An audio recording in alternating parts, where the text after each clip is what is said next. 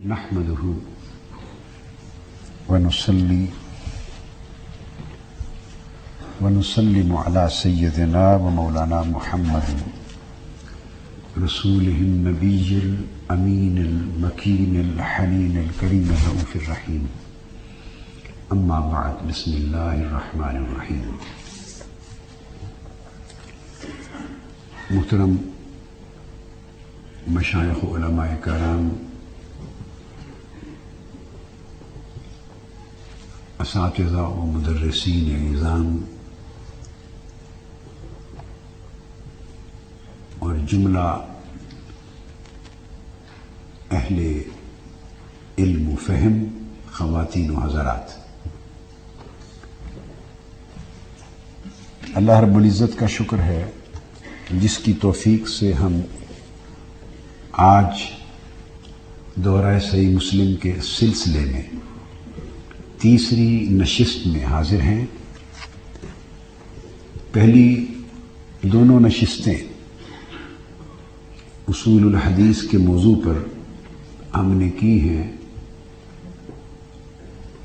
اور بنیادی مباحث اور ان کے حوالے سے پائے جانے والے مغالطے، ابہامات، اشکالات،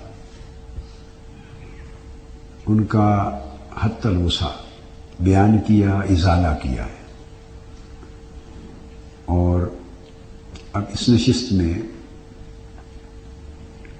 ہم دو بنیادی موضوع مزید اصول حدیث کے باب میں زیر مطالعہ لائیں گے انشاءاللہ تعالی، اور اس کے بعد صحیح مسلم کی کتاب الایمان کا انشاءاللہ آغاز کریں گے، تاکہ اصول حدیث کے ساتھ اگلا موضوع العقائد، اس کا بیان آج جہاں تک ممکن ہو سکے۔ اس بحث کو مکمل کر لینے کے بعد کہ حدیث تین قسم کی ہے، صحیح، حسن اور ضعیف، اور علامہ ذہبی کی تقسیم کے مطابق یہ تو وہ ہے جو ائمہ فن کی اکثریت نے یہ تقسیم اختیار کی، جس کو ہم نے تفصیل سے بیان کیا، اور علامہ ذہبی کی تقسیم کے مطابق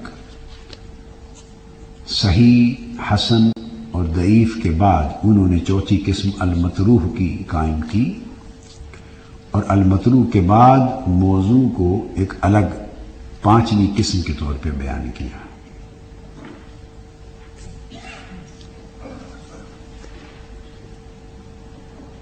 اب میں حدیث صحیح پر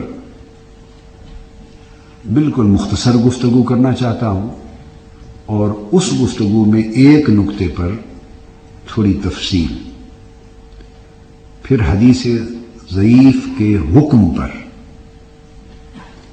کہ عند المحدثین اصول حدیث میں حدیث ضعیف کیا ہے اور اس کا حکم کیا ہے شرعی۔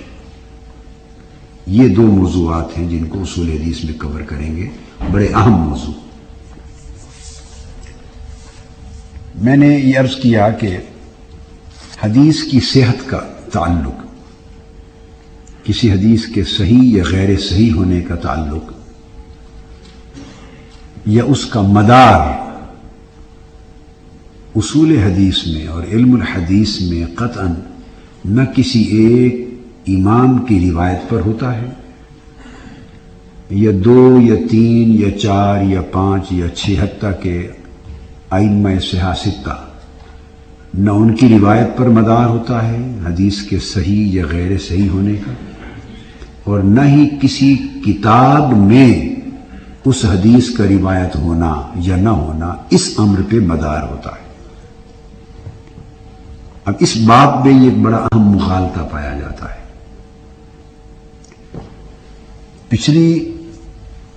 پہلی نشست میں میں نے اس کا تذکرہ کیا تھا کہ یہ ایک بڑی ہی فن سے بے خبری اور لا علمی کی بات ہے جو بڑی کثرت کے ساتھ کر دی جاتی ہے، اور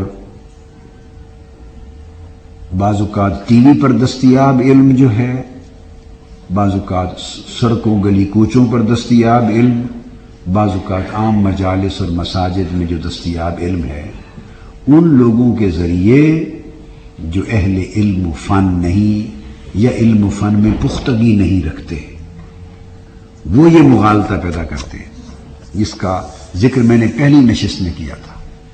اور میں نے کہا تھا یہ مغالطہ کہ جب بھی کبھی کوئی حدیث کوٹ کی جائے تو وہ یہ کہنا کہ یہ بخاری اور مسلم میں دکھا، اگر بخاری مسلم میں آئی ہے تو ہم مانتے ہیں، کئی تو کہیں گے صرف بخاری میں دکھائیں، کئی تھوڑی سی اور مہربانی فرما دیں گے، دیگر ائمہ پر بھی شفقت فرما دیں اور مہربان ہو جائیں ان پر بھی، تو کہہ دیں گے کہ بخاری اور مسلم میں دکھائیں، اگر بخاری اور مسلم میں ہے تو مانتے ہیں ورنہ نہیں مانتے۔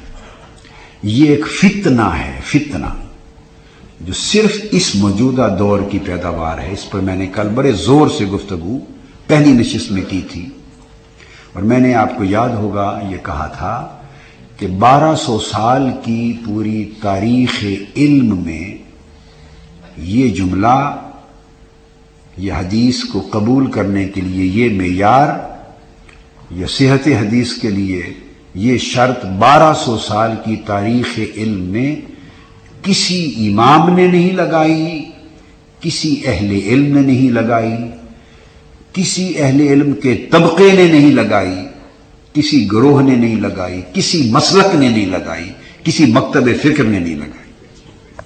یعنی یہ وہ تصور ہے جو 1200 سال کی علم کی تاریخ میں پایا ہی نہیں جاتا۔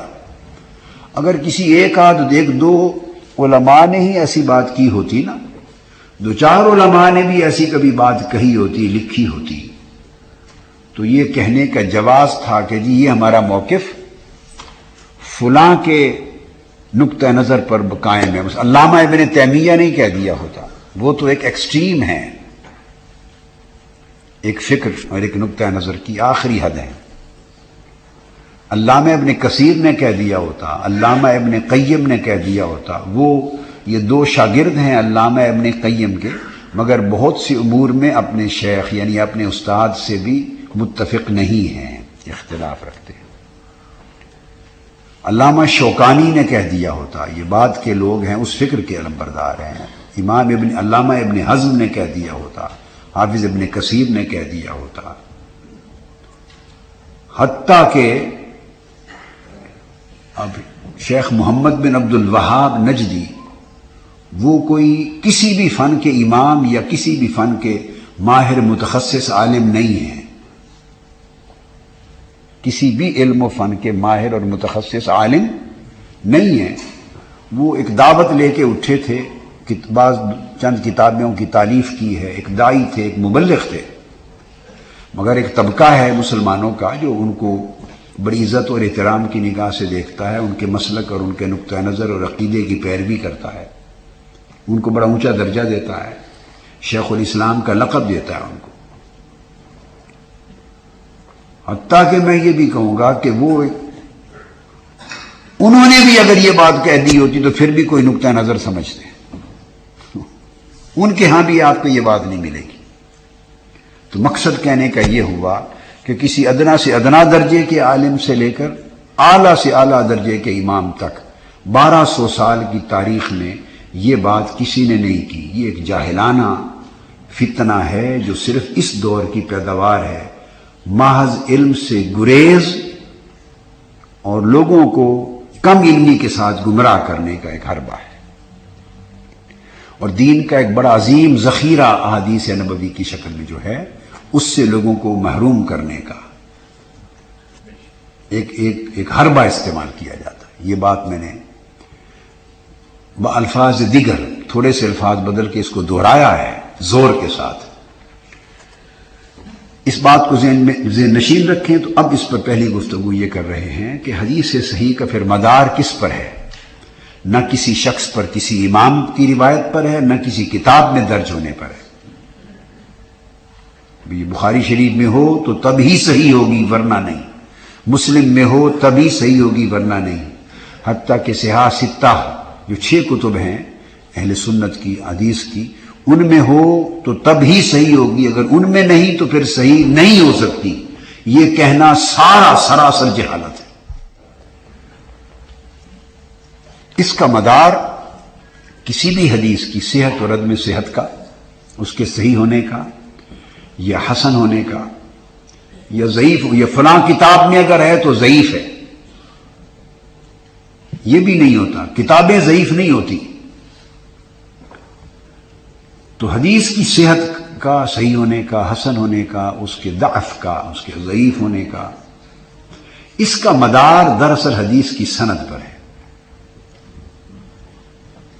حدیث کے دو حصے ہوتے ہیں، ایک اس کی سند، ایک اس کا متن۔ سند کو علمی اصطلاح میں بالعموم اسناد کہتے ہیں۔ حضور علیہ الصلوۃ والسلام کی ذات اقدس سے یا صحابی سے لے کر صاحب تصنیف مؤلف تک جو حدیث کا مرتب ہے، اس امام تک جس نے روایت کی اپنی کتاب میں، وہ جو ائمہ اور روات اور رجال جو حدیث کو روایت کرتے چلے آ رہے ہیں، ان راویوں کا جو ایک سلسلہ ہے، چین، اس کو اسناد کہتے ہیں۔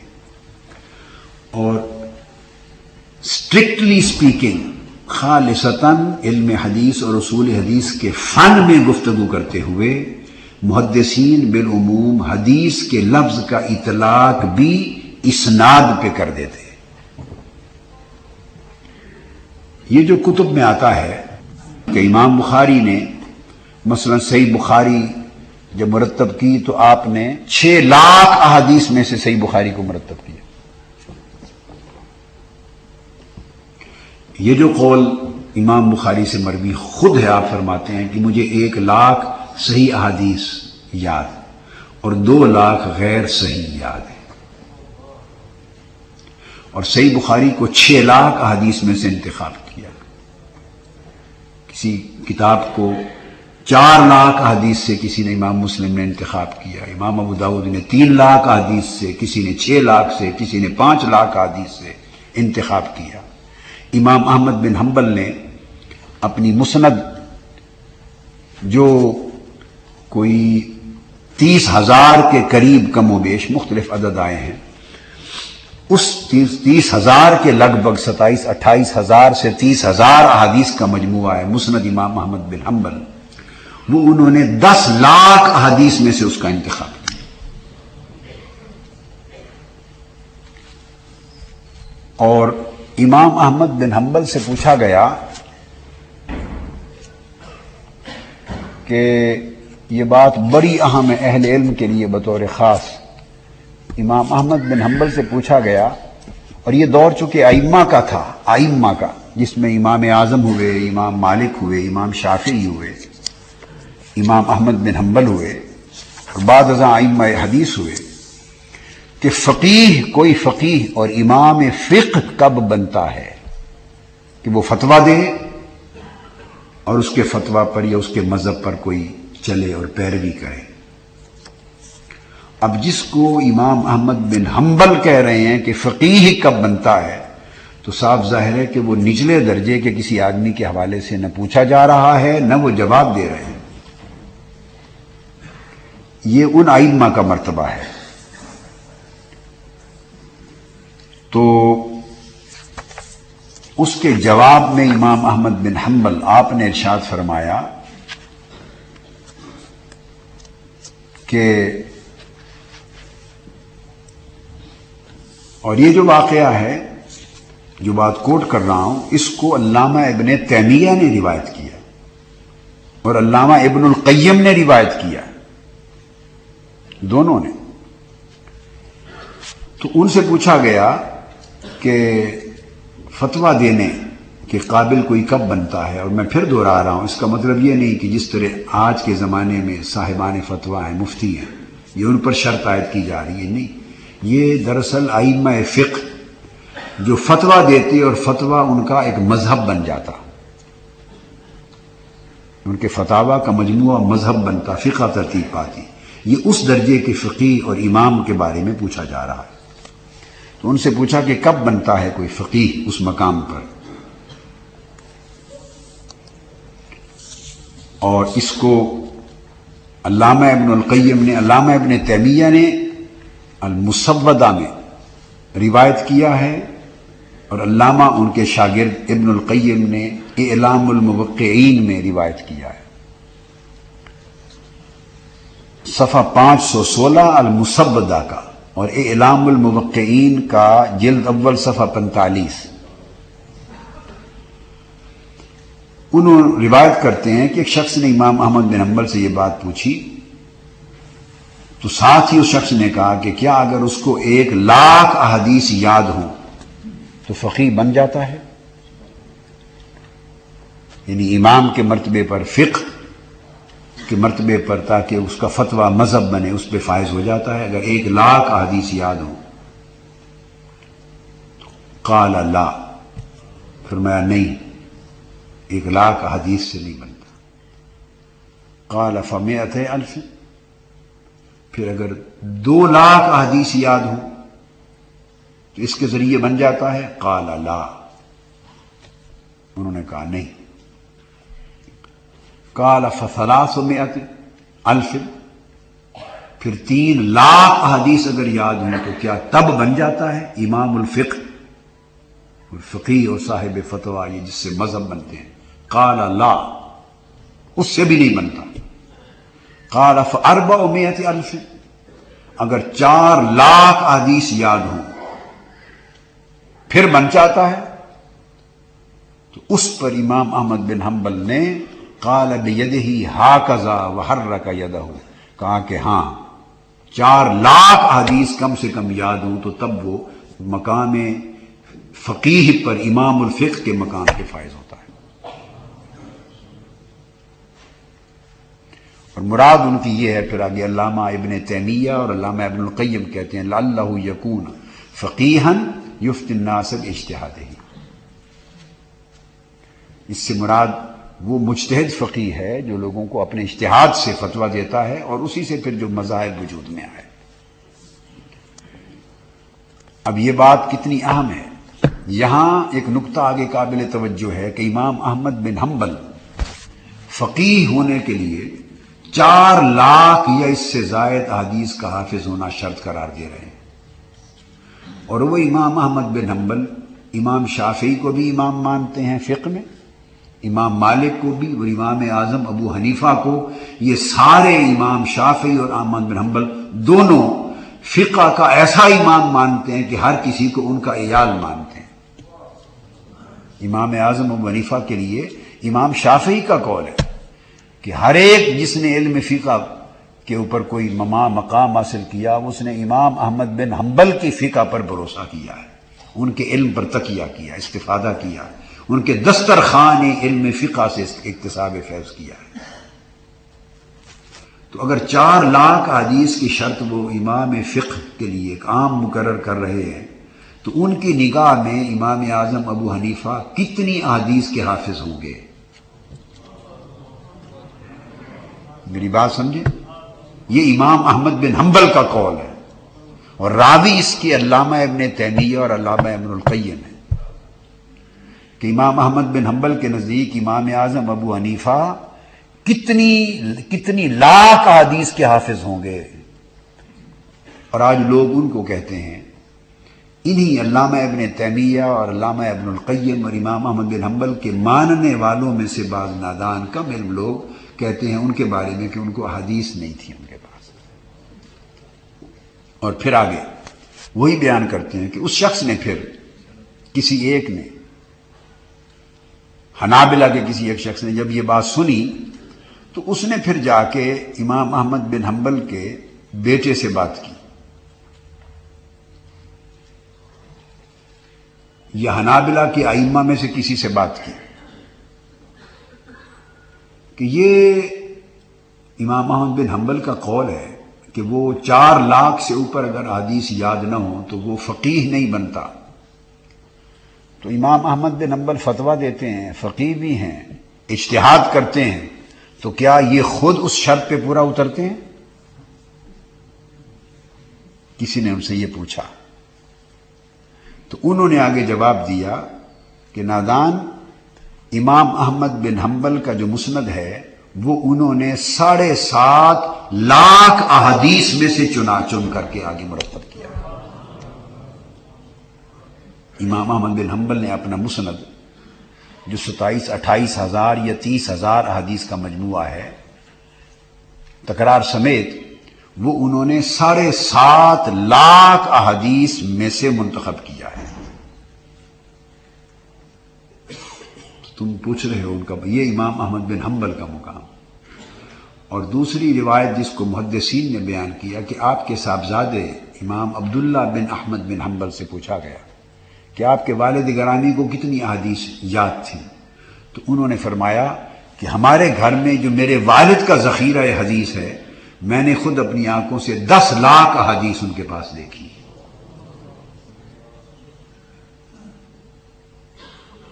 اب یہ تو جو میں نے 2 ریفرنسز کوٹ کیے،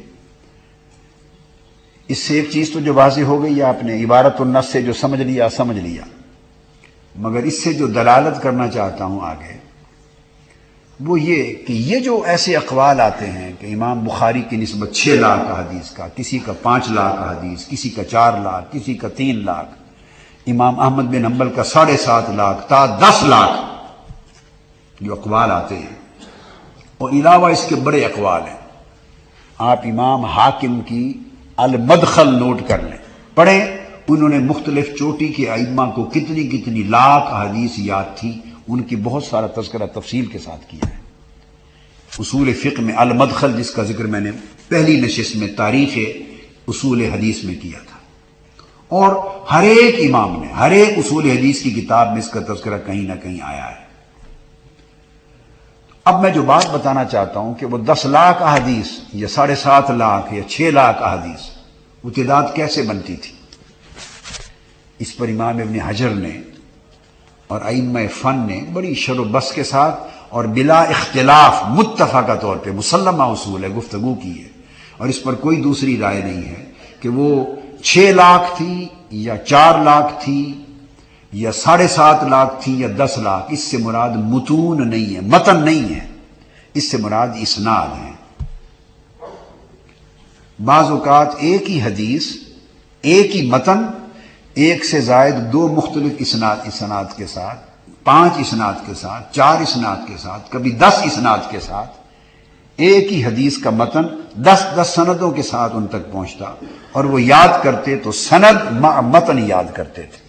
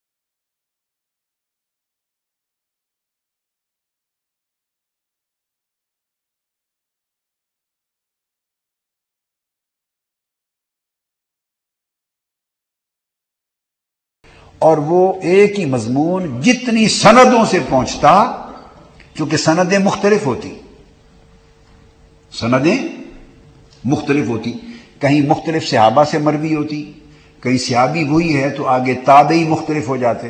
ایک صحابی نے حدیث بیان کی تو 10 تابعین نے سنی تو 10 کے 10 نے آگے روایت کر دی، تو سند یہیں سے بدل گئی. حضرت ابو ہریرہ رضی اللہ تعالیٰ عنہ کے 10 شاگرد ہو گئے، انہوں نے ایک حدیث ان سے سنی تو 10 کے 10 شاگردوں نے اپنے اپنے شہروں میں اس حدیث کو روایت کر دیا، تو صحابی ایک ہوا اوپر ابتداء سند میں، اور تابعی سے 10 کے 10 جدا ہو گئے. اگر 10 کے 10 نے روایت کی یا 8 نے کی یا 7 نے کی تو وہاں سے سند مختلف ہو گئی. جب تابعی جدا ہو گیا تو اس نے پھر اپنے تلامذہ کو روایت کی وہ حدیث، تبع تابعی، تو وہ پھر الگ ہو گئے، سند بدل گئی. تو جب سندیں بدل جاتی متن ایک ہی رہتا تو اس کو محدثین کا اصول ہے، قاعدہ ہے کہ وہ اس کو ایک حدیث شمار نہیں کرتے، بلکہ اگر 10 سندوں سے آئی ہے تو 10 احادیث شمار کرتے ہیں. اس طرح تعداد یہ 1 ملین 10 لاکھ اور یہ ساری بن جاتی ہے. اگر 5 سندوں سے آئی ہے تو 5 احادیث شمار کرتے. تو گویا محدثین کہتے ہیں کہ اسناد کو حدیث کا نام دیا جاتا ہے. یہاں آگے ایک بڑی اہم بات آ رہی ہے، اصولی، حدیث کا نام اسناد کو دیا جاتا ہے. اس لیے امام مسلم نے امام عبداللہ بن مبارک کے حوالے سے اور امام ابن سیرین کے حوالے سے جلیل القدر تابعین، اور امام عبد الرحمن بن مہدی کے حوالے سے اور امام احمد بن حنبل کے حوالے سے اکابر ائمہ کے ریفرنسز سے یہ جمع کیے ہیں، اور تمام کتب میں ہیں، مسلم شریف کے مقدمہ میں بھی اور دیگر کتب، امام حاکم کی المدخل میں بھی، اور ہر ایک کتاب میں اکثر آپ کو ملتے ہیں اقوال کہ وہ اسناد کو دین کہتے ہیں. اسناد کو دین کہتے، اسناد کو آخری حصہ الخطبۃ السدیدہ کا، جس میں نے احادیث جمع کی ہیں اسناد کی اہمیت پر. تو اسناد کو اس لیے دین کہتے کہ اسناد ہی کو حدیث کہا جاتا ہے. اس پر گفتگو مجھے یاد پڑتا ہے، چونکہ میں نے اسناد کی اہمیت پر دورہ صحیح بخاری میں کر دی تھی، میرے ذہن میں آ رہا ہے. اس پر میں اب گفتگو نہیں کرنا چاہتا، تکرار نہیں چاہتا، لیکن یہ بات ذہن میں رکھ لیں کہ وہ اسانید کی تعداد سے احادیث کی تعداد بنتی تھی، اسانید کی تعداد سے تعداد بن جاتی تھی آگے احادیث کی. یہ آپ اگر کسی وقت اس کو اہل علم ذوق سے دیکھنا چاہیں تو میری یہ جو اصول حدیث میں جو میں نے جس کا صبح ذکر کیا میں نے، اور اس میں سے میں نے استشہاد کیا اور استدلال اور احتجاج کیا حدیث صحیح، حدیث حسن اور ضعیف کا اور موضوع کا قرآنی آیات سے. میں نے کہا کہ یہ ایک ایسا منفرد متن ہے کہ قرآنی آیات سے مصطلحات حدیث اور اصول حدیث کے قوانین کو اخذ کیا ہے. میں نے ریفرنسز دیے تھے. اس میں آخر میں 73 صفحہ سے لے کر آگے تک اس میں کوئی 23 احادیث اور آثار اور اقوال ائمہ کے تبع تابعین اور تابعین تک کے میں نے روایت کی ہیں 23، جو اسناد کی پوزیشن کو بیان کرتے ہیں. یہ کسی بھی ایک کتاب میں، اصول حدیث کی کسی بھی ایک کتاب میں یکجا اتنے اقوال تمام ائمہ اور تابعین کے ایک جگہ پر شاید سب سے زیادہ ہیں جو اس جگہ جمع کی ہے. کیونکہ جہاں بھی یہ اقوال دستیاب تھے جن کتب میں نے وہ تمام سے لے کے اپنی اس کتاب کے آخری فصل میں ان سب کو جمع کر دیا. تو یعنی اسناد کی اہمیت پر اور روایت کی اہمیت پر 23 احادیث یا آثار تابعین تبع تابعین تک کے یہ میکسیمم عدد ہے جو مجھے مل سکا کسی ایک کتاب میں جو اس میں جمع کر دیا میں نے. یہ ایک کتاب میں اتنا عدد نہیں ہے، ساریوں کو جمع کر دیا ہے جہاں کے 2 3 اقوال ملتے ہیں بالعموم. تو اہل علم کے لیے کہ اس کو پڑھ لیں گے. اب جو بات سمجھنے والی ہے وہ یہ کہ جب یہ پوزیشن ہوئی اسناد کی کہ وہ اس کو حدیث کا نام دیا،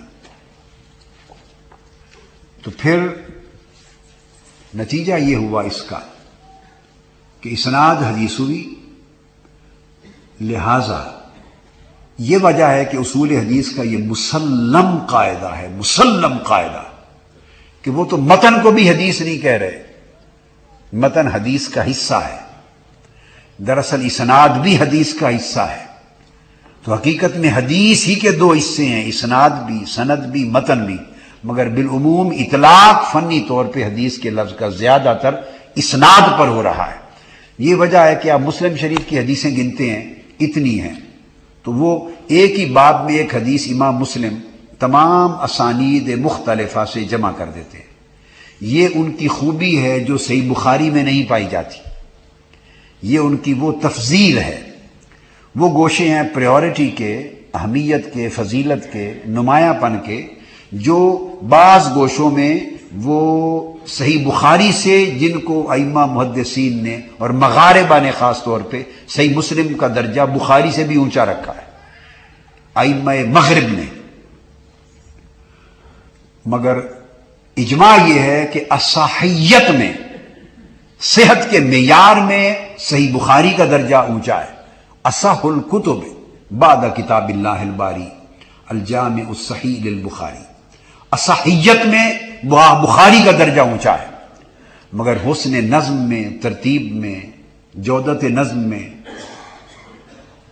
تمام حدیث کو یکجا لانے میں اس کی ایک اپنی ترتیب ہے، پھر اس کی ایک اندر اپنا نظم ہے، پہلے منسوخ لانا ہے، مجمل لانا ہے، مفصل لانا ہے، مبین لانا ہے، پھر ناسخ لانا ہے، ان کے کئی اقدار ہیں، ان کے معیارات ہیں، حسن نظم میں، ترتیب میں، اور تمام اسانید سے جتنی وہ حدیثیں ہیں وہ یکجا ایک مقام پر ایک ہی باب اور فصل میں جمع کر دیتے ہیں۔ امام بخاری کے ہاں ایک ہی حدیث اول سے آخر تک بعض اوقات 15 مقامات پر مختلف کتابوں میں، مختلف ابواب میں ملتی ہے، وہ ایک مقام پر ساری اسانید سے حدیث کو جمع نہیں کرتے، اہتمام نہیں کیا۔ تو صحیح مسلم، امام مسلم نے اہتمام کیا ہے، تو ارینجمنٹ میں، آرڈر میں، نظم میں صحیح مسلم بہت اعلیٰ کتاب ہے، مگر جب تعداد گنی جاتی ہے تو وہ اس لیے گنی جاتی ہے کہ وہ چونکہ مختلف اسانید آ گئیں تو کہیں پھر متن کے اندر ایک دو الفاظ مختلف آ گئے، روایت ہوئے، الفاظ مختلف ہو گئے، کبھی مختلف ہوئے، کبھی نہ ہوئے، کبھی مضمون تھوڑا زیادہ ہوا، کسی میں کم ہوا، کسی میں بالکل منون وہی ہوا۔ ان تمام چیزوں کے بشمول بھی اسانید کے ساتھ احادیث وجود میں آتی۔ جب یہ بات کلیئر ہوئی، اب آپ کو اگلی بات سمجھنا بڑا آسان بن جائے گا۔ اس لیے ائمہ حدیث نے یہ کہا، ائمہ حدیث نے، کہ جب یہ کہا جائے کہ کوئی حدیث ضعیف ہے، اب ضعیف کے حکم میں یہ میں کہوں گا، مگر چلو پہلے ذہن میں رکھ لیں، یہ صحیح ہے اور ضعیف کہا جائے، تو محدثین نے علی الاطلاق اور بالاتفاق یہ قانون وضع کر دیا ہے ائمہ فن نے، کہ کسی کو حدیث کو اگر ضعیف کہا تو اس کا معنی ہرگز یہ نہ لیا جائے کہ اس کا متن ضعیف ہے یا صحیح نہیں ہے متن، وہ صرف ضعیف الاسناد ہوگی، کہ اس کے اسناد میں کوئی ضعف، کوئی ضعف، کوئی کمزوری، کوئی نقص ہے، اس کی سند میں کوئی نقص ہے۔ اور وہ فرماتے ہیں، اور یہ بات بھی متفقہ ہے عند المحدثین، جب یہ جملہ میں بول دیتا ہوں تو یہ ایک اصطلاح ہے، یہ ایک فنی جملہ ہے، یہ خطیبانہ قسم کی بات نہیں ہے، کیونکہ یہ مجالس ہماری خطاب کی مجالس نہیں ہے، دورہ کی، درس کی، علم و فن کی مجالس ہے۔ تو میں یہ عرض کر رہا ہوں کہ یہ بالاتفاق اور بلا اختلاف عند الائمہ والمحدثین یہ بات طے ہے کہ جب کسی حدیث کے بارے میں حکموں کہ یہ ضعیف ہے تو ہر متن اصول حدیث میں درج ہے کہ اس کا معنی یہ مراد نہ لیا جائے کہ اس کا متن اور مضمون ضعیف ہے، یہ غلط ہے معاذ اللہ، بلکہ اس ضعف کا اور ضعف کا اطلاق اور اس کا انتساب صرف اسناد پر ہوگا کہ یہ ضعیف الاسناد ہے، یہ سمجھا جائے کہ اس کے سند میں کوئی کمزوری ہے۔ اس لیے تو میں نے کہا کہ چونکہ سند میں کوئی کمزوری ہے لہذا وہی مضمون اور متن دوسری سند سے، قوی سند سے آ گیا تو اس مرض کا ازالہ ہو گیا، جس کا ذکر پہلی سند میں ہم بڑا مفصل کر چکے تھے، ازالہ ہو گیا۔ متن کمزور ہو نہیں سکتا انلیس کہ وہ مخالف احکام شریعت ہو صریحاً، اس لیے وہ کہتے ہیں کہ کبھی ایسا ہوتا ہے کہ متن ضعیف ہونے کے سند ضعیف ہونے کے باوجود اس کا متن صحیح ہو سکتا ہے، متن صحیح ہو سکتا ہے، یہ اصول ہو گیا ضعیف پر۔ لہذا صحت اور ضعف، کمزوری کا، صحیح کا، حسن کا، ضعیف کا، ان چیزوں کا انحصار جو ہے وہ نہ کسی کتاب میں اندر درج ہونے اور نہ ہونے پر ہے، نہ کسی ایک یا دو امام یا اماموں کے روایت کرنے یا نہ کرنے پر ہے، ان تمام امور کا انحصار اس حدیث کے اسناد پر ہے، سند پر ہے۔ لہذا جب یہ اصول وضع ہو گیا تو آپ کو بات علم نشرح ہو گئی، واضح ہو گئی 100%، کہ یہ کہنا کہ اگر یہ حدیث بخاری میں ہے، مسلم میں ہے تو دکھاؤ ہم مانتے ہیں، بخاری مسلم میں ہوگی تو صحیح ہوگی ورنہ ہم نہیں مانتے، یہ ساری کی ساری بات ہی سرے سے جاہلانہ بات ہو گئی۔ اب کس چیز پر انحصار؟ میں نے عرض کر دیا اسناد پر، اور اسناد کی بنیاد پر حدیث صحیح۔ اب اس پر میں مختصر کروں گا جو کہ میری مین گفتگو، اس کا ایک نقطہ بیان کروں گا تفصیل سے، باقی پھر میں ضعیف پر بات کر کے پھر میں عقائد کتاب الایمان پر آنا چاہتا ہوں۔ حدیث صحیح اپنے اسناد کے اعتبار سے، پھر اس کے اوپر جب گفتگو ائمہ نے کی تو 4 اقسام اس کی بنائی صحیح کی، پہلے یعنی حدیث مقبول کی 4 اقسام بنا لی، اور وہ صحیح کی حکمن 4 اقسام ہو گئیں، اس لیے کہ میں نے عرض کیا آپ کو پہلی نشست میں سمجھا دیا کہ ائمہ فن نے لکھا ہے کہ حسن کو حکمن احتجاجن، احتجاج کے لیے، حجت کے لیے، استدلال کے لیے اور عمل کرنے کے لیے اس کا حکم حدیث صحیح کے ذیل میں ہوتا ہے۔ اس لحاظ سے حدیث صحیح کی بھی 2 قسمیں ہیں اور حدیث حسن کی بھی 2 قسمیں ہیں۔ جب آپ اس کی حجیت پر بات کریں گے اور حکم پر بات کریں گے اور اس کے مقبول ہونے اور اس پر عمل کرنے کے اوپر بات کریں گے تو وہ ساری صحت کے اندر 4 اقسام اور درجات بن جائیں گے، صحت حدیث کے 4 درجے بن جائیں گے۔ ورنہ حدیث صحیح کی 2 قسمیں، حدیث حسن کی 2 قسمیں، الصحیح لذاتہ ہی اور دوسری الصحیح لغیرہ ہی۔ اب یہ علماء، یہ وہ بنیادی چیزیں ہیں جو آپ پڑھ چکے ہیں، اس لیے میں ان تفصیلات میں نہیں جاؤں گا۔ میں ان مباحث کو لے رہا ہوں، مجھے علم ہے جو مدارس نظامیہ میں پڑھائے نہیں جاتے، علماء فراغت کے بعد اپنی زندگی کے مطالعہ میں وہ جا کے پڑھتے ہیں از خود۔ اس لیے مدارس کے جو نصابات ہیں وہ بہت بڑا ریویو مانگتے ہیں، اس کے اندر بھی کمزوریاں رہ جاتی ہیں۔ ایک شرح نخبۃ الفکر پڑھ لی، کچھ چھوٹے رسالے، مشکاۃ شریف کا مقدمہ پڑھ لیا، کچھ مسلم شریف استاد جب لوگ پڑھاتے ہیں اساتذہ تو اس میں ابتدائی سے وہ تو تفصیلی چیزیں نہیں ہیں، تو نتیجتاً اصول حدیث میں کمزور رہ جاتے ہیں ہمارے اہل سنت۔ دوسرے لوگ وہ اصول حدیث کی کتابیں زیادہ پڑھتے ہیں، آئے ان کو اصول حدیث یاد رہے یا نہ رہے یہ جدا بات ہے، پڑھتے زیادہ ہیں اور ہمارے ہاں پڑھتے نہیں۔ اور جب پریکٹیکل لائف میں آ جاتے ہیں، مسجد کے امام اور خطیب ہو جاتے ہیں، تو مدرسہ میں تھے تو لائبریری بھی تھی، کتابیں پڑھنے کی تھی، مگر وہاں چونکہ نصاب میں شامل نہیں تھی لہذا نہ پڑھی نہ پڑھائی۔ وہ زمانہ اب نہیں رہا۔ میں جب پڑھا کرتا تھا اپنے اساتذہ کے پاس تو چھوٹا سا ابتدائی رسالہ ہے منطق کا، پہلا رسالہ عیسیٰ غوجی، میں نے زمانہ طالب علمی میں اس کی شرح لکھی تھی، عیسیٰ غوجی کی چھوٹا سا رسالہ۔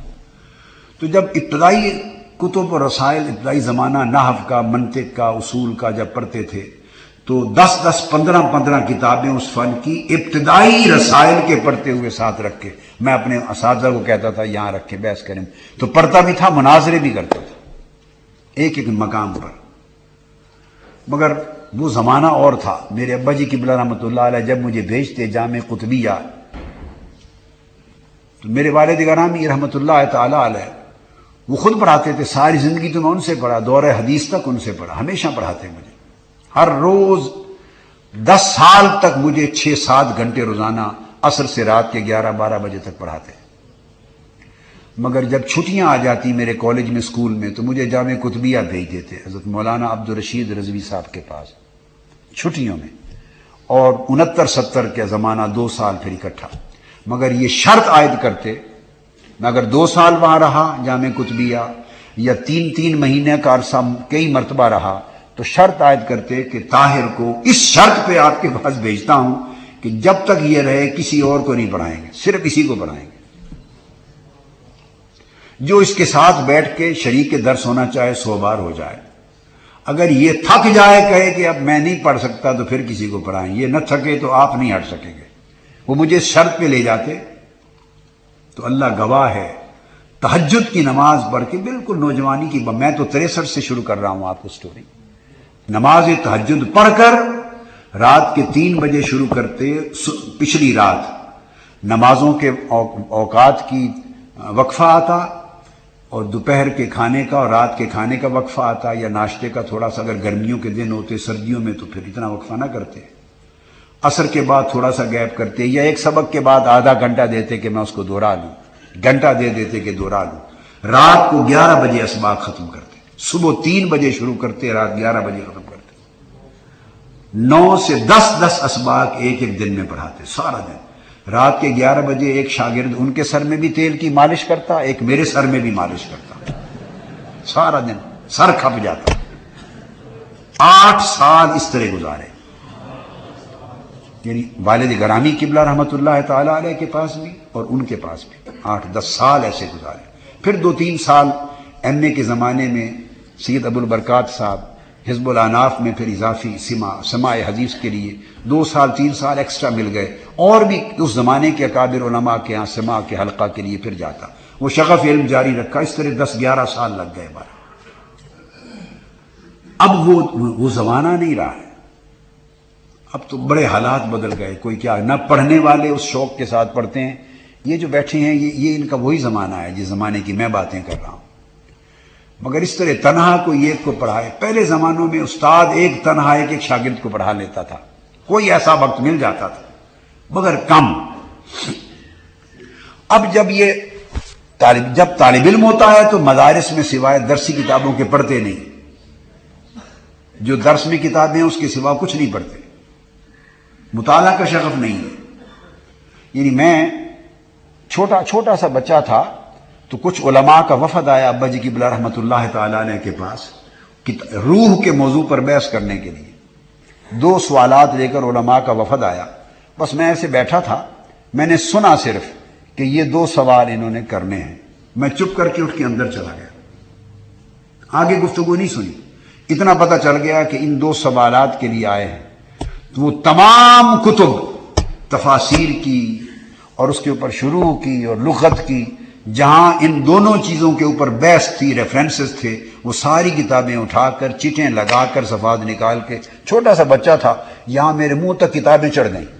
اٹھا کے پوری کتابیں لا کے باہر رکھ دی میں نے. اور وہ علماء میرا منہ تکتے رہ گئے کہ یہ چھوٹے سے بچے نے کیا کیا ہے.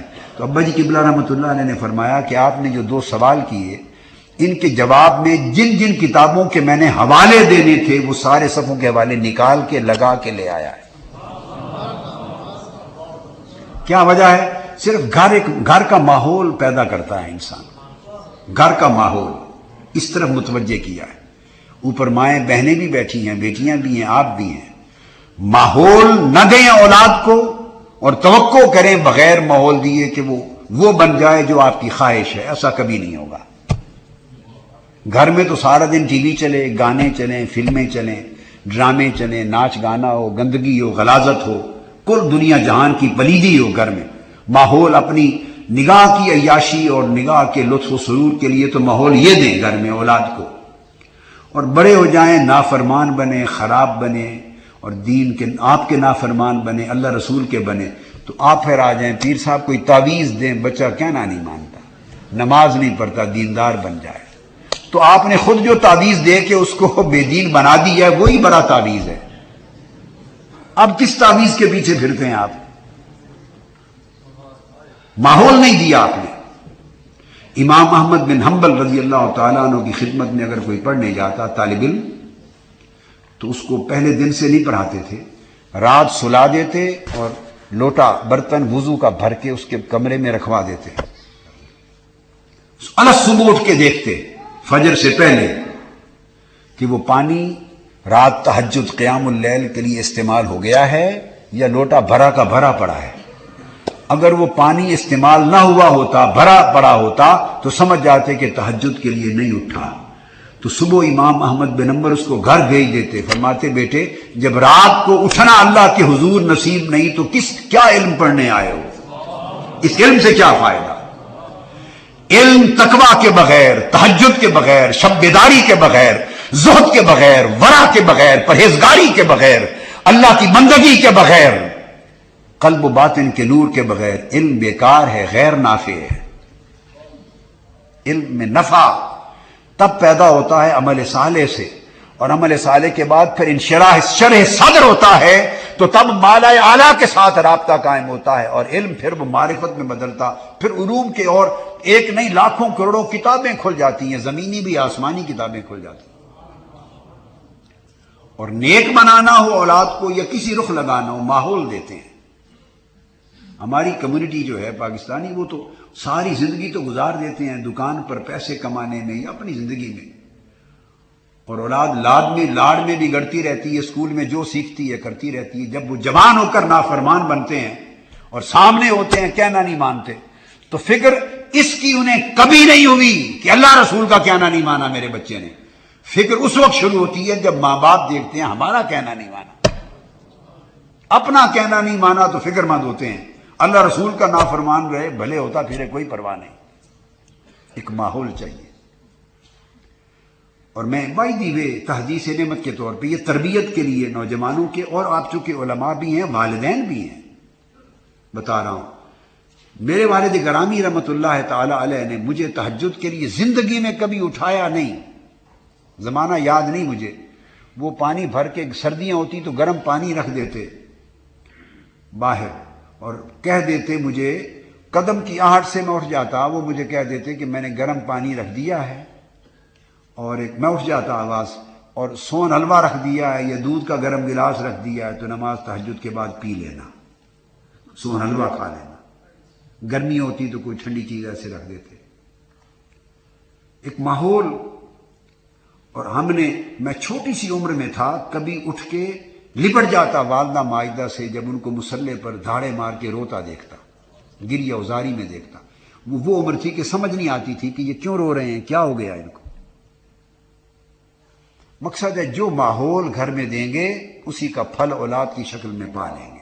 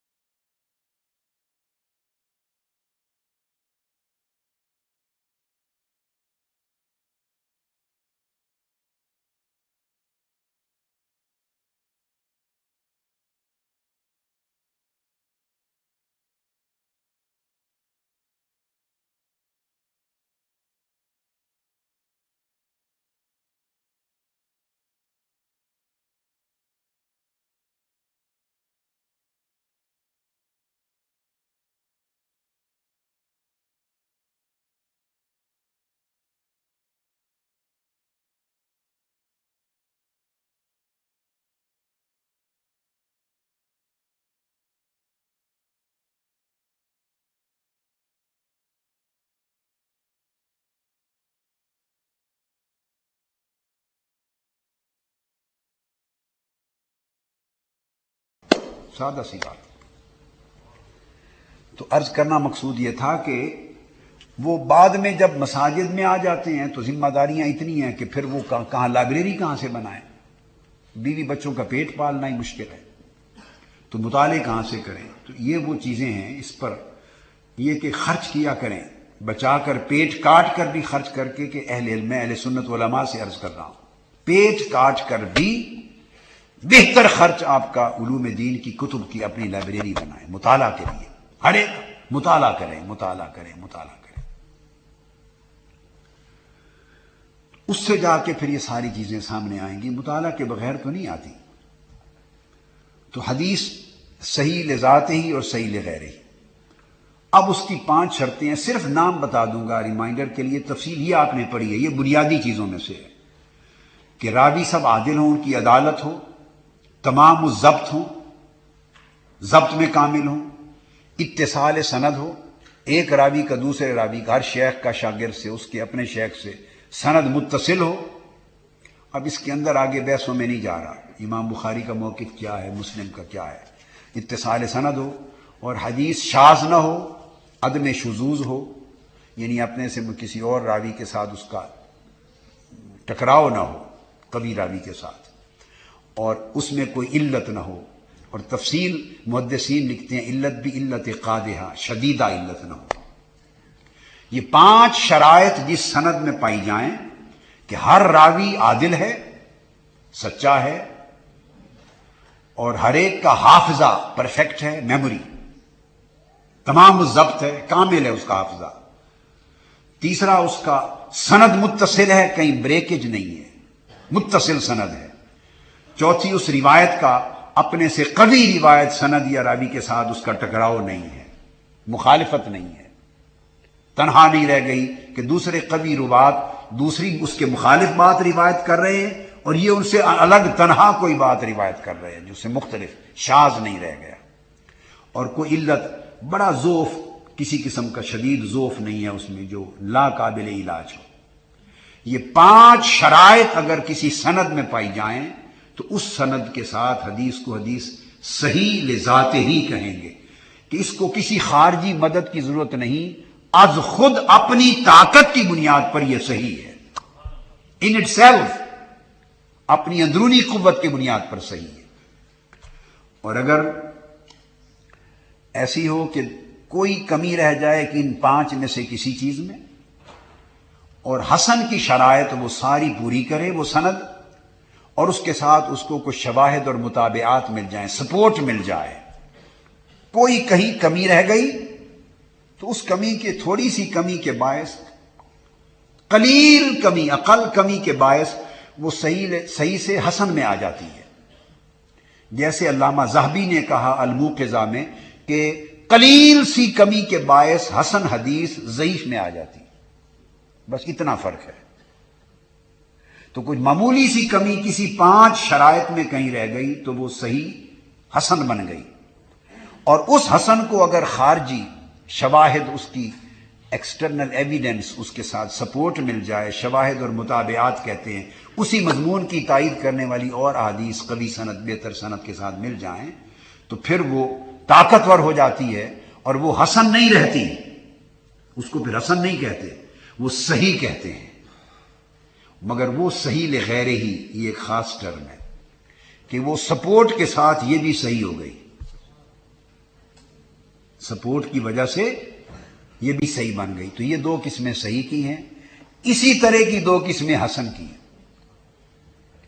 تو میں نے آپ کو عرض کیا کہ امام ترمذی سے پہلے امام بخاری اور مسلم جن پر زیادہ زور دیا جاتا ہے وہ تو حسن کی الگ اصطلاح باضابطہ استعمال ہی نہیں کرتے تھے، اس سے قبل تصور تھا، مگر حسن صحیح ہی کے حکم میں اور صحیح کے معنی میں لی جاتی تھی. اس لیے بخاری اور مسلم میں صحیحین کہتے ہیں. بہت سی احادیث ایسی ہیں جو اسٹرکٹلی سپیکنگ حسن کے درجے میں ہیں مگر وہ صحیح ہیں، وہ صحیح ہیں کیونکہ ان کو سپورٹ مل گئی، توابع ہیں، آئے ہیں، شواہد آئے ہیں، اس وجہ سے وہ بھی صحیح ہوتی ہے.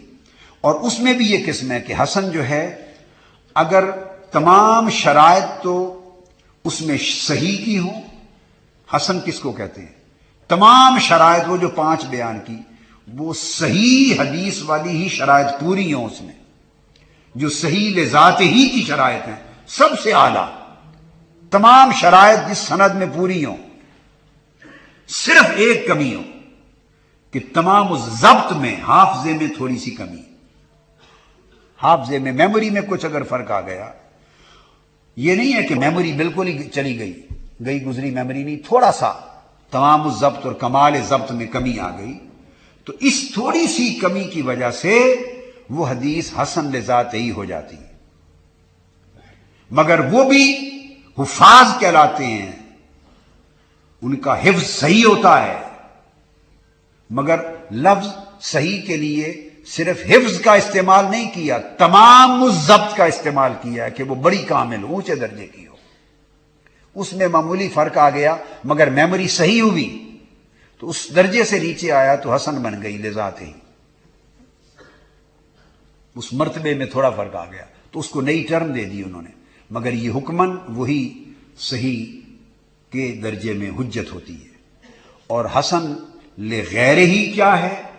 وہ یہ ہے کہ اس میں ایسی کمزوری سند میں ہوتی ہے، اس کی سند میں کوئی ایسی کمزوری ہوتی ہے، ضعف، جو اس حدیث کو ضعیف بنا دیتی۔ اب بالکل بڑا لاجیکل رابطہ ہے، آپ دیکھیے دونوں میں، حدیث صحیح تھی، اس کی سند میں کوئی معمولی سی کمزوری آئی شرائط میں، حافظے میں کمزوری آئی چھوٹی سی، تو وہ صحیح کی جگہ حسن پر آ گئی، بس اس کو سپورٹ مل گئی توابع اور شواہد کے، تو وہ اپ گریڈ ہو کر پھر صحیح ہو گئی۔ اس پر توجہ کریں، اس بات کو بالکل ذہن میں آنکھوں کے سامنے رکھیں، چونکہ اب اس کا اطلاق اگلے اصول پر آ رہا ہے۔ اصول، تمام اصولوں کے اندر ایک سملیرٹی ہوتی ہے، ایک ریزمبلنس ہوتی ہے، ایک یکسانیت ہوتی ہے، یہی قدرت ہے، اور یہ منطقی بات ہے، ایک کامن سینس رکھنے والا فوری مان جائے گا ہاں بات یہی درست ہے۔ لہذا اس سے مخالف بات جو کرنے والے لوگ ہیں وہ لاجک کے اگینسٹ بات کر رہے ہیں۔ وہ کیا؟ وہ یہ کہ آپ نے دیکھا کہ ساری شرائط پوری تھی، حفظ اور ضبط کے درجے میں تھوڑا سا فرق آیا تو وہ صحیح کی بجائے حسن کے درجے میں آ گئی،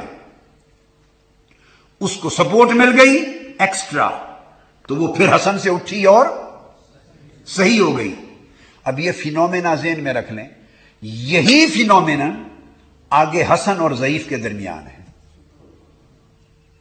تو کہاں اٹھا کے ضعیف کو لوگوں نے یہ بنا دیا کہ جو ضعیف ہے وہ مطلقاً نام ضعیف کا لگ گیا تو پھینک دیا، قبول نہیں کرتے، کتنی جہالت ہے۔ وہ کیا کہ حدیث اصل میں حسن کے درجے میں تھی، مگر اس کا ضعف یا ضعف، کمزوری ذرا اتنی اس نوعیت کی ہو گئی، اور اس ضعف کو کہتے ہیں کہ وہ اصل میں وہ حدیث ضعیف ہے، لذات ہی تو وہ تھی کہ صحیح کی شرائط پوری تھی اس میں، حسن لذات ہی میں تو شرائط ہی حدیث صحیح کی پوری تھی، صحیح لذات ہی کی پوری تھی، وہ تمام ضبط کے استثناء کے ساتھ، بس ایک شرط میں کمی آئی، اس کو ایکسٹرا سپورٹ ملی تو وہ اوپر ہو کے صحیح بن گئی۔ یہ تھی حسن لذات ہی۔ اور حسن لغیر ہی کیا ہے؟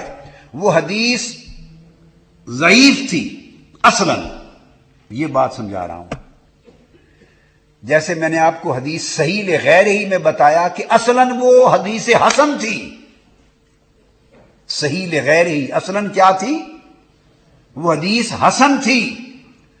اس حدیث حسن کو جب سپورٹ ملی ایکسٹرا شواہد اور توابع کی، تو وہ جو صحیح لغیر ہی ہے وہ حسن کی بجائے صحیح کے ٹائٹل میں آ گئی، اور اس کو صحیح لغیر ہی کہنے لگے۔ مگر آگے محدثین جب لکھتے ہیں ھذا حدیث صحیح، تو کتب میں یہ نہیں لکھتے لذات ہی اور لغیر ہی، یہ نہیں لکھا جاتا، یاد رکھ لیں، یہ صرف پڑھنے پڑھانے کے لیے، فرق سمجھانے کے لیے ہے، ورنہ ایک ہی لفظ لکھا جاتا ہے ھذا حدیث صحیح، حدیث حسن اور حدیث غریب اور حدیث ضعیف وغیرہ وغیرہ۔ لذات ہی لغیر ہی نہیں لکھتے، یہ صرف سمجھانے کے لیے۔ وہ جب صحیح ہو گئی تو صحیح ہو گئی، اس میں کوئی فرق نہ رہا، نہ لذات ہی کا نہ لغیر ہی کا۔ بات سمجھ لیں، چونکہ جو لغیر ہی جس فرق سے وہ بنی تھی وہ تو کمپنسیٹ ہو چکا ہے.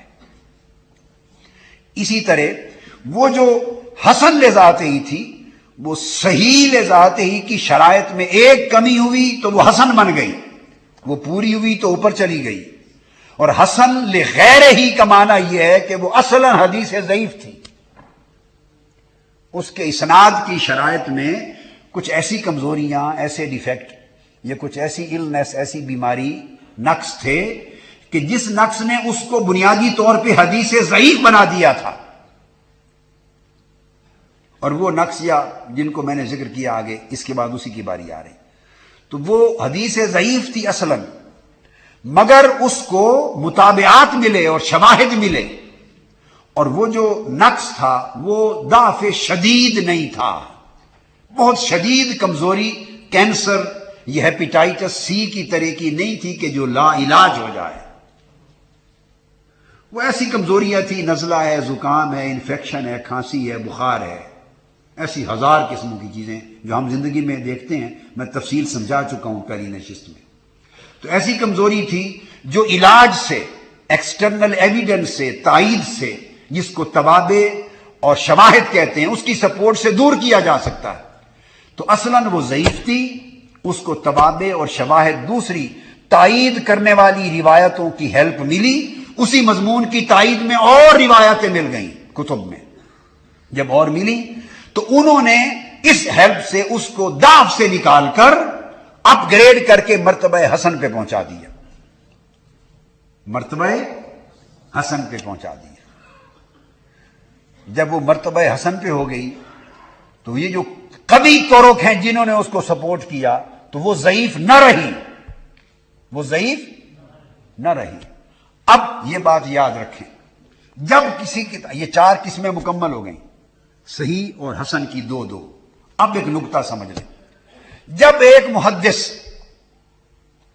کسی حدیث کے اینڈ پر لکھتا ہے آذا حدیث ضعیف، یہ حدیث ضعیف ہے، تو بڑی جہالت کی بات ہے کہ محض اتنا ایک لفظ پڑھ کر کہنا کہ میں اس حدیث کو نہیں مانتا. یہ خبر ہونی چاہیے کہ جب اس نے لکھا کہ ضعیف، اس کا مطلب ہے ھذا ضعیف الاسناد، ضعیف بہذا الاسناد، ضعیف بہذا السند فقط. یعنی یہ متن اور حدیث جو اس سند کے ساتھ آئی ہے، جس سند کے ساتھ اس کتاب میں روایت کی گئی جو آپ پڑھ رہے ہیں، یہ سند ضعیف ہے، اس سند میں کوئی کمزوری ہے. اب اس نے تو یہ ڈسکس ہی نہیں کیا کتب حدیث میں، بخاری مسلم کو چھوڑ کر امام ابو داؤد نے یا ترمذی نے یا نسائی نے یا ابن ماجہ نے یا ابن امام عبد الرزاق نے یا ابن ابی شیبہ نے یا ابو عوانہ نے یا امام ابن خزیمہ نے یا بہقی نے، نہ طبرانی نے یا بزار نے، امام مالک نے، امام شافعی نے، یہ تو انہوں نے ڈسکس ہی نہیں کیا اس مقام پر. جب نیچے وہ لکھتے ہیں، کسی نے لکھ دیا جس نے کہ یہ ضعیف ہے، اب اس نے یہ تو ڈسکس کیا ہی نہیں ہے. اس کا ضعیف لکھنے کا مطلب اس کے متن کو رد کرنا تو تھا ہی نہیں. اگر حضور علیہ السلام کا اسم پاک آیا اور انگوٹھے چوم کے آنکھوں پہ رکھ لیے، انگوٹھے چوم کے آنکھوں پہ رکھ لیے، تو یہ حدیث ضعیف ہے، موضوع نہیں ہے، لا اصل لہ نہیں ہے، ضعیف ہے. یہ 1970 کی بات ہے، میں بی اے کر رہا تھا، تو اس موضوع پر میرا یہ پہلا زمانہ مناظروں کا ہوتا تھا، وہ گزر گیا. طالب علمی کا ایک جوش ذوق ہوتا تھا، پھر وہ پرانی باتیں. تو تکمیل ابامین حضور کے اسم پاک پر صلی اللہ علیہ وسلم پر انگوٹھے چوم کر آنکھوں پر رکھنا، اس پر ایک مناظرہ ہو گیا. کچھ عالم تھے، تو 3 جج بنے علماء، اور تینوں میرے نقطہ نظر کے مخالف مسلک سے تھے. جو میرا موقف تھا، میرے موقف کے خلاف نقطہ نظر، عقیدہ یا موقف رکھنے والے علماء تھے تینوں، اور فاضل تھے انڈیا کے بڑے دارالعلوم کے. وہ جج بنائے گئے، میں نے قبول کر لیے. میں ایسے تھوڑا بے دھڑک سا تھا، ایسے ہمیشہ سے قبول کر لیے. 8 گھنٹے مناظرہ ہوا. میں نے صرف اتنی شرط عائد کی کہ یہ مولانا، وہ تو مولانا تھے تو میں تو بچہ تھا 1970 میں، تو میری عمر 29 سال تھی نا، 19 سال تھی، ہاں 51 کی پیدائش ہے میری، 19 سال میری عمر تھی، 19 سال، اور وہ مولانا تھے۔ میں نے کہا مولانا سے کہیں کہ یہ بھی اپنا موقف لکھ کر تحریری طور پہ ججوں کو دے دیں کہ یہ ثابت کیا کرنا چاہتے ہیں، میں بھی لکھ کر دے دیتا ہوں کہ میرا موقف، میرا مسلک کیا ہے، میں ثابت کیا کروں گا۔ بعد میں گڑبڑ ہو جاتی ہے، پھر ہیر پھیر ہو جاتا ہے۔ چٹ لکھ کر آپ کو دے دیں اور ہم دونوں پابند ہوں گے، جو لکھ کر دے دیں گے یہ عقیدہ ہے، یہ نقطہ نظر، اسی کو ثابت کر دیں۔ انہوں نے لکھا بڑا زوردار کہ انگوٹھے چوم کے آنکھوں پر رکھنا بدعت ہے، جو یہ کرتا ہے وہ گمراہ ہے، وہ جہنمی ہے، نہ اس کا دین قبول، نہ نماز، نہ روزہ، نہ حج، نہ زکوٰۃ، وہ دوزخ کا ایندھن ہے، یہ بالکل حرام ہے، کہیں سے ثابت نہیں۔ ایک لمبا آدھا صفحہ انہوں نے جوش میں لکھ دیا، بند کر کے منصفین کو دے دیا۔ یہ میں آپ کو نکتہ بتا رہا ہوں۔ اس کے بعد میں نے بھی لکھ کے دے دیا تھا، الگ الگ بیٹھ کے لکھا۔ میں نے لکھا تقبیل بہامین، انگوٹھے چوم کر آنکھوں پر رکھنا، یہ حدیث ضعیف سے ثابت ہے، حدیث ضعیف سے ثابت ہے، اور حدیث ضعیف پر عمل کرنا فضائل اعمال میں جائز ہے۔ اس کی فضیلت آئی ہے حدیث ضعیف میں، اور فضائل کے باب میں اور فضائل اعمال میں حدیث ضعیف پر عمل کرنا جائز ہے۔ سو اگر کوئی اس پر عمل کرے اس نیت سے تو ثواب پائے گا، اور اگر کوئی نہیں کرتا تو اسے گناہ نہیں ہے کہ کسی واجب کا ترک اس نے نہیں کیا۔ فضیلت کا اس نیت سے کرے گا تو ثواب پائے گا، اجر ملے گا۔ میں نے یہ لکھ کے اس کو دے دیا۔ جب وہ انہوں نے کھول کے دونوں کا موقف پڑھا تو وہ مولانا بہت ناراض ہو گئے۔ انہوں نے کہا یہ کیا لکھا ہے؟ میں نے کہا بھی ہمارا نقطہ نظر ہی یہی ہے، اس سے ہٹ کر کسی کا عقیدہ اس کے علاوہ نہیں ہے۔ یہ باقی جو کچھ اس کے علاوہ ہے وہ آپ کے اپنے مغالطے ہیں جو ذہن میں پیدا کر رکھے ہیں، علاوہ اس کے نہیں ہے، عقیدہ یہی ہے۔